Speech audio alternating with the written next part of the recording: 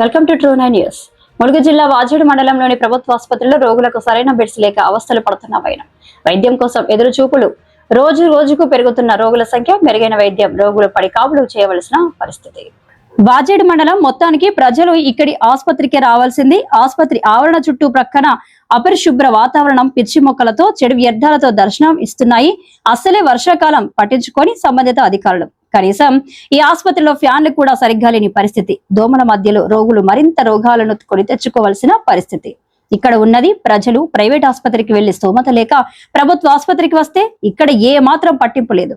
ఇంత పెద్ద ఆసుపత్రిలో ఒక్కరే ఉండడం గమనార్హం. వైద్యం కోసం వచ్చిన రోగులు ఎవరికి చెప్పుకోవాలో కూడా తెలియని దుస్థితి.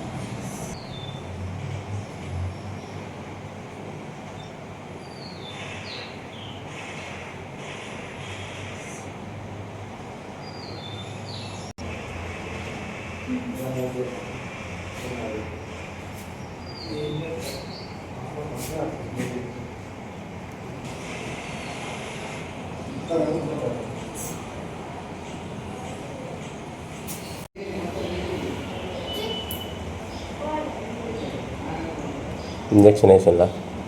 బాటిల్ కొడతాను కదా, బెడ్స్ లేదు. నాకు మీతో నచ్చిన వాళ్ళకి బాటిల్ లేదా?